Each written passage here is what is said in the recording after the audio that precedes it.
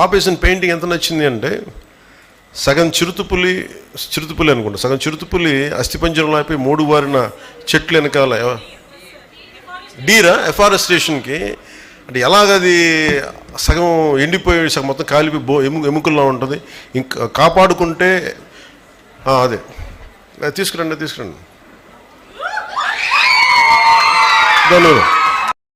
Please come.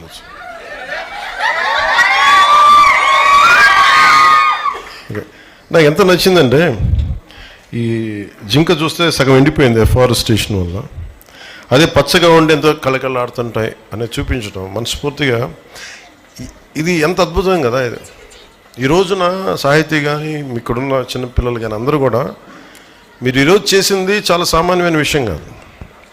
ఇది చూడటానికి ఏదో పెయింటింగ్ ప్రైజ్ కాదు, దీనికంటే చాలా లోతైంది. Thank you.